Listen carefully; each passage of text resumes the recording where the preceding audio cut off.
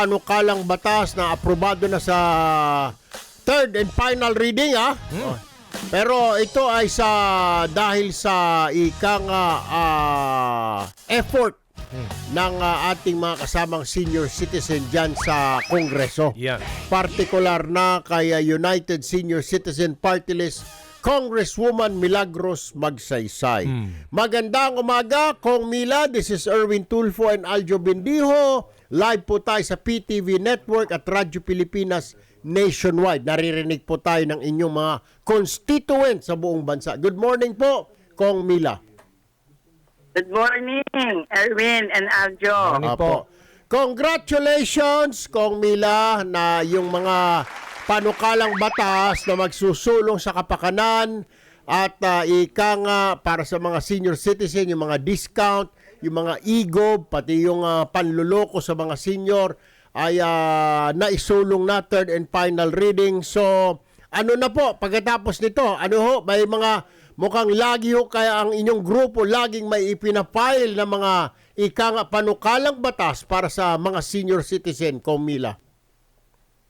Thank you, Erwin. Opo. Oo, natutuwa ako at na-approve na finally Opo. after how many years of waiting Opo. itong Universal Social Pension. Oho. Talagang tuwang-tuwa lahat ang mga senior citizens buong Pilipinas at under the leadership of our Speaker Martin Romualdez ay finally nakuha na rin nila ito sa Congress. Mukhang ito ho yata isa sa mga pinamamadali ni Speaker sa atin na Kong Mila, di ba? Na yung mga discount sa mga senior kasi sabi nga niya, ang pinaka-vulnerable na sektor sa ating lipunan ay mga senior citizen at PWD. Totoo yung sinabi mo, Erwin. Kaya dapat ang mga senior citizen ang tulungan. Opo. Dahil sa kabataan naman namin, ibinigay naman namin lahat ang aming makakaya para sa kabubuti ng ating mahal na Pilipinas.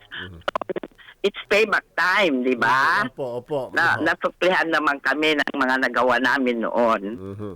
Kung matanong kita, kumusta naman po itong panukalang batas or ito ba, I don't know kung panukala pa ba ito, yung 1,000 pesos na monthly pension para sa mga indigent senior at na 500 pesos sa non-indigent seniors. Ito po ba batas na or ongoing pang hearing natin dito? Hindi, yung 1,000 increase, batas na ito kaya Opo. tumatanggap na yung mga indigent na 4,085,000 ng 1,000. Oo, pero itong dito sa ka-approve natin na Universal Social Pension ng final reading, third and final reading, 500, yung mga 7 million na hindi pa tumatanggap ng pension ay tatanggap muna ng 500. Kasi yun lang ang kaya ng budget natin. Pero at least masaya na rin mga senior citizens dahil lahat na, wala nang pili-pili, wala nang lista-lista, ay makakatanggap na ng buwanang pension pag ito ay naisabatas na. Sa Congress pa lang naman approve ito, Erwin, kaya pupunta pa sa Senado.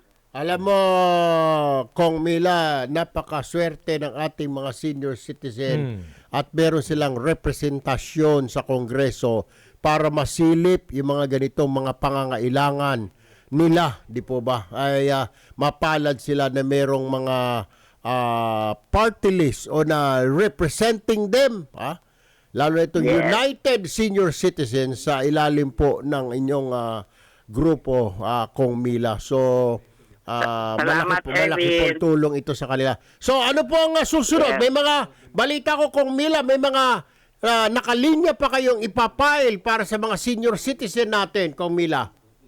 Ang Philippine Geriatric Hospital, Dr. Eva Macaraeg Macapagal, ay approved na rin sa third and final reading.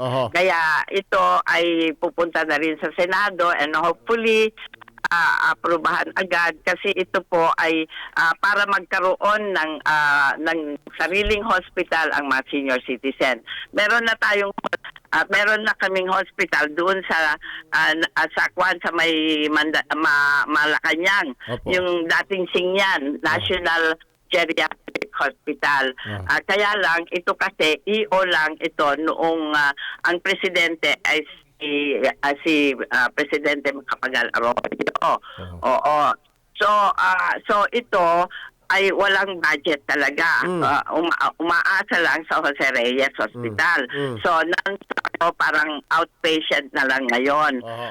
So, ngayon, nagpanukala kami ng magiging batas na ito para magkaroon ng sariling pondo at para maging functional.